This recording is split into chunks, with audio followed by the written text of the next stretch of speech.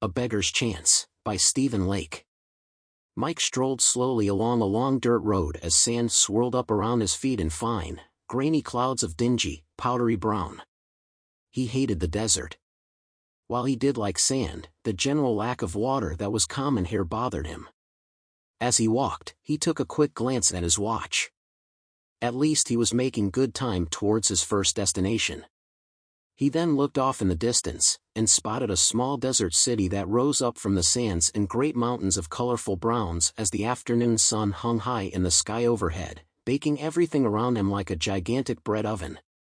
He tightened the cloth mask around his face as he tried desperately not to breathe in the abrasive, dusty sand, or get it in his eyes.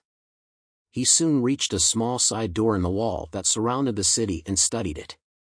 He was surprised that it was still in one piece given that the wood it was made of looked sand-worn and dry-rotted. He then grabbed the handle and slowly opened it, causing it to creak, groan, and crackle as it did. Mike grimaced at this. The door sounded worse than it looked. He then leaned through the doorway and carefully studied the street on the other side, quickly noticing that the area was surprisingly empty. Even the nearby wooden stalls, which were typically used by merchants to sell their wares, all appeared abandoned and neglected. Wow, this place is a ghost town, he thought. He knew this couldn't be a good sign. Even in the poorest of towns there was always at least a few merchants in the bazaar. Yet here, there were none. He shrugged at this, and then stepped out into the street. However, as he did, a woman called out to him from a nearby doorway. Upon hearing her cry, he stopped and glanced her way. Seeing this, the woman again called out to him. "Are you a Remian?" she asked. Mike studied the woman curiously. How anyone could know that, given that he was dressed like the locals, and had totally covered his face, was a complete mystery to him. After contemplating this for a moment, he slowly lowered his mask. "I am," he said cautiously. Upon hearing this, the woman whooped and clapped her hands with joy. "Oh, thank the goddess. You must be the one we were told would come to fulfill the prophecy," she shouted happily. Mike furrowed his brow at this. "Prophecy," he replied. "Yes. There is a prophecy that tells of a Remian who will come to our humble town and take a gift of royal bread to the goddess Amembia. When it is given to her, our land will be saved, and our drought ended." Mike shook his head at this. "I'm afraid I'm not that person," he said.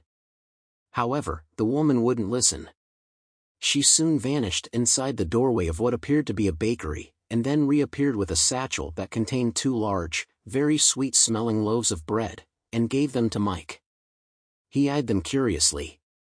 What was he supposed to do with these? Eat them? Go! Take them to the statue of the goddess Amembia, in the center of the city, and offer them to her as our gift in exchange for the return of the rains," said the woman. Mike furrowed his brow. "Why can't you do it?" he asked. The woman waved her hands frantically. "No! No! Only a Remian can fulfill the prophecy. If anyone else tries to offer the bread to her, they will be struck dead on the spot." Mike frowned. Great, a trigger-happy goddess with PMS, he thought. "All right, I'll take it for you, but once I drop it off, I must be on my way," he said. The woman clapped her hands joyfully. "Oh, thank you. Thank you, O great Remian, who will fulfill the prophecy," she replied. Just then Mike heard a voice call out to him from behind. "Remian," said the voice. Mike's eyes narrowed. For some reason he felt like his day had just gone from bad to worse. He turned around and spotted 4 ruffians standing in the street glaring at him with greedy, malicious eyes. He studied them quietly with curious interest, as well as a bit of incredulity. Great, the local thug squad decided to send out a welcoming party. If I wasn't so low on mana, I'd smoke them on the spot and be done with it, he thought. He then reached out with his mind to analyze their auras, and was both surprised and pleased that none of them were mage wielders. So that was reassuring. Of course, that didn't do him much good given his currently weakened state, as it made him no stronger than they were. If he was going to reach his next objective, he'd have to bluff his way out of this. Deciding that he needed to defuse this situation, and quickly, he handed the satchel of bread back to the woman, and then stared defiantly at the 4 men. "So, what can I do for you gentlemen?" he asked. "Hand over everything you have, and we might let you live," grinned one of the men. Mike furrowed his brow at this. "How about I don't, and we call it even?" he replied. The 4 men laughed. "Ah, we've got a tough one here," said the first man. Mike grinned. "Not tough. Just better than you," he said. "In what way, runt?" said the second man. Mike furrowed his brow at this, and then pointed the palm of his hand at the men so that they could see the casting symbol of a mage wielder emblazoned in it. The men studied it briefly, and then grinned as though it didn't matter. "So you're a mage wielder, eh?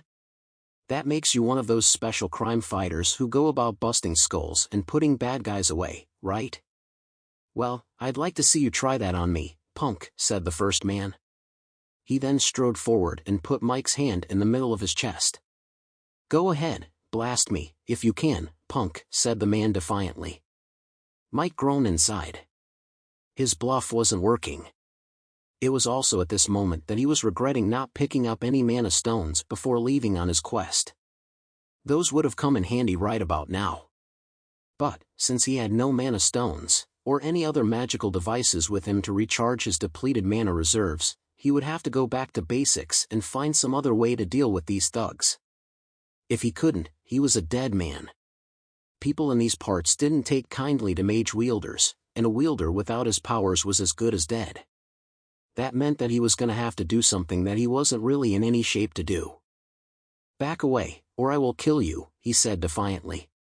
The man grinned mockingly. Mike frowned. Clearly his bluffs weren't going to work on these guys. "Aw, what's the matter, little mage? Haven't got any energy? Or are you just too scared to take a life?" said the man. "No, I'm just being considerate of the people who live here. I mean, after all, I wouldn't want them having to clean up the mess I could make of you," he replied. The man laughed mockingly, pulled a long knife out of his belt, and waved it tauntingly in Mike's face. Mike swore.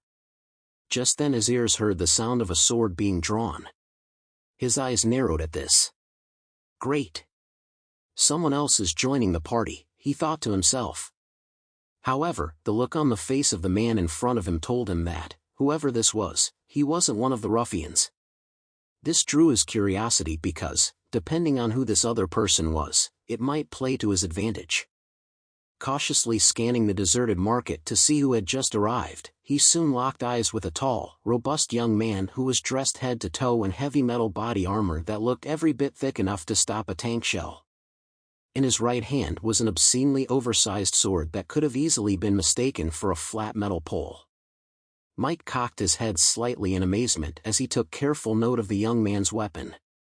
It was like he was looking at a royal paladin on steroids. And, if not a paladin, then certainly someone you didn't want to mess with. Either way, he'd take it. "All right, you four. Leave the stranger alone, or I shall punish you," said the paladin. Punish you? Where'd this guy learn to talk, thought Mike. Just then he noticed that the four ruffians weren't looking at him anymore. They'd instead turned their attention to the paladin. Realizing that this might allow him an opportunity to escape from his situation, Mike glanced briefly towards the city door, then the bakery, and finally the woman, the latter of which surprised him the most, as she hadn't fled the area when the ruffians had showed up. He then glanced between the ruffians, the paladin, and the city door once more. It didn't take him long to realize that he'd have little chance of escaping the city via the direction he'd entered. This meant that there was only one route of escape available to him. Turning quickly, he raced up to the woman, grabbed the satchel of bread from her hands, and slipped quietly through the bakery while the four ruffians were being occupied by the paladin. As he hurried out the other side, his nose caught the fragrant odor of the fresh bread in the satchel. It smelled so tempting and mouth-watering that he wanted to unwrap it and take a bite. However, before he did, his senses detected something troubling. Trying to determine what it was, he paused briefly and used what little magic he had left to scan the loaves. He soon detected the presence of a strong poison in with the bread. He smirked. Crafty. Very crafty. They make up a special type of bread that is to be delivered by foreigners of a specific country to the goddess of the land, and make it utterly irresistible to them as a test. If they can take it all the way without sampling the bread, then they show themselves to be trustworthy. But, if they surrender to the temptation to sample the bread, they end up as a statistic, he thought. Just then the sounds of a gigantic, heavy sword clanging against stone, and the cry of several frightened men, echoed behind him. Mike grimaced. Well, that's one less group of ruffians to worry about, he thought. He then turned and hurried off to deliver his precious cargo of bread. Even if he wasn't able to do much else, at least he could do that. However, he'd gotten no more than a few steps down the street when the four ruffians came crashing through the bakery, and into the street behind him, with the paladin not far behind, his sword dancing wildly in the air as he gave chase. "Stop this instant, thou despicable knaves," shouted the paladin. Mike screwed up his face incredulously at this. Seriously? Where did this guy learn to talk, he thought. However, he'd no more than thought this when the four ruffians noticed him standing nearby and quickly gave chase. Mike immediately turned and bolted down the street like a linebacker trying to take a pigskin in for a touchdown. But as he did, he heard the four ruffians draw their knives and roar in his direction. As he continued to run, doing his best not to get caught by the four men chasing him, he spotted a rope that was hanging from a beam that crossed the street just in front of him. Racing over and grabbing it, he pushed off the ground with all his might in hopes of swinging himself to safety. But, just as the full measure of his weight settled down on the rope, the beam it was tied to snapped in two and collapsed. As it did, he felt his body briefly become weightless, and tumble end over end in the air while parts of the surrounding buildings collapsed down into the street on top of the four ruffians and the paladin. Moments later his body hit the street with a skittering thud and came to a stop. Not wanting to waste his chance to escape, he quickly jumped to his feet, the somehow miraculously intact satchel of bread still tucked safely under his arm, and began running again. A moment later a knife whistled by his head and embedded itself in a nearby post. A second one soon followed. Rats, they're still alive, he thought. He then quickly glanced behind himself, and was disappointed to see all four ruffians, and the paladin as well, still chasing after him. Realizing that he needed to get off the street before they could catch him, he bounded up a stack of nearby boxes, and quickly parkoured his way up to the nearest rooftop he could find. Stopping briefly to catch his breath, he looked behind himself and noticed that the four men were still chasing him, even though the climb was clearly slowing them down more than it had him. Just then the paladin caught up to the four ruffians and soon reduced the number of their party by one.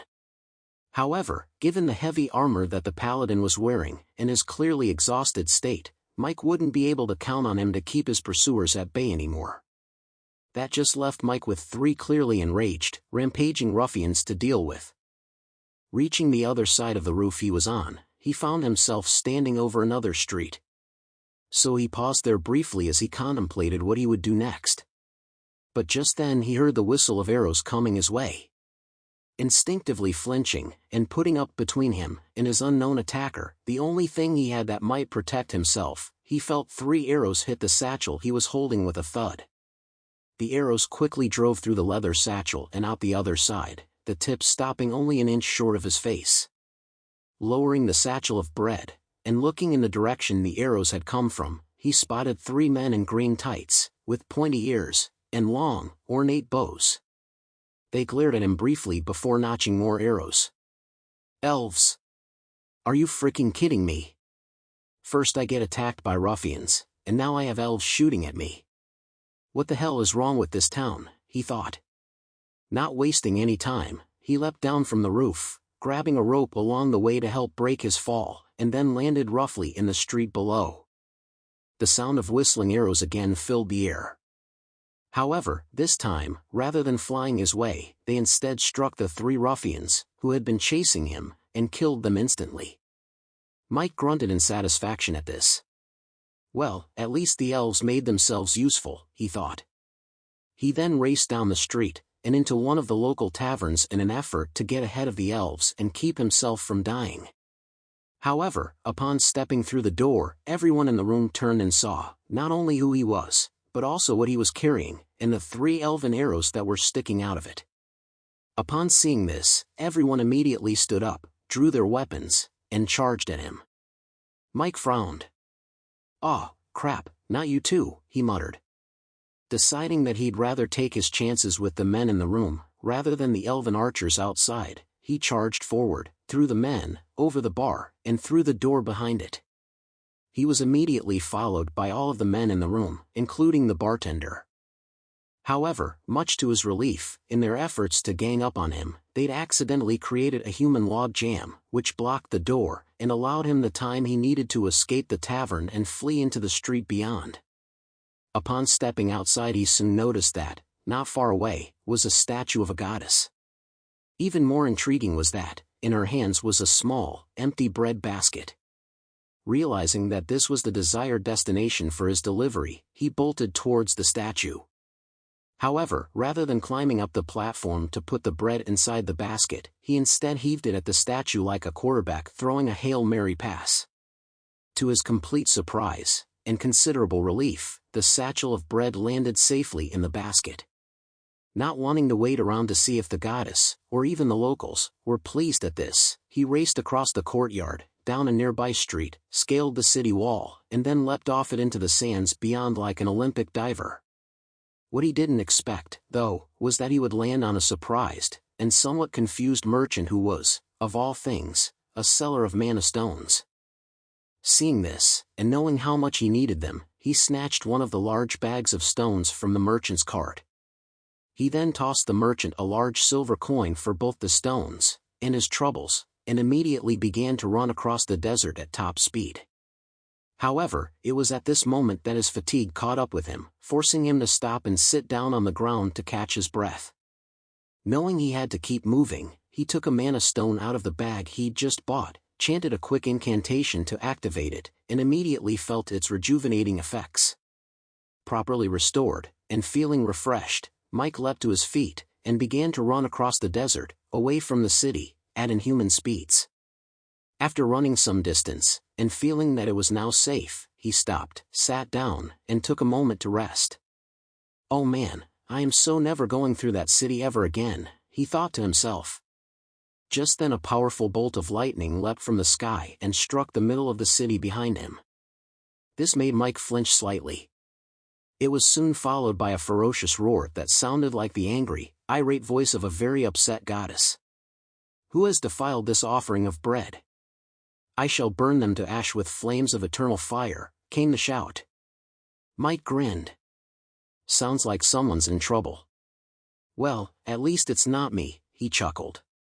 Not long after this, another lightning bolt crashed down hard upon the city, followed by showers of flaming hail and clouds of fiery brimstone. Mike furrowed his brow at this. "Yep, she's pissed," he said with a grin. After a few minutes he pulled out another mana stone, further recharged his energy, and then began walking towards his next destination. "One thing I do have to say about this job, it's never boring." The end.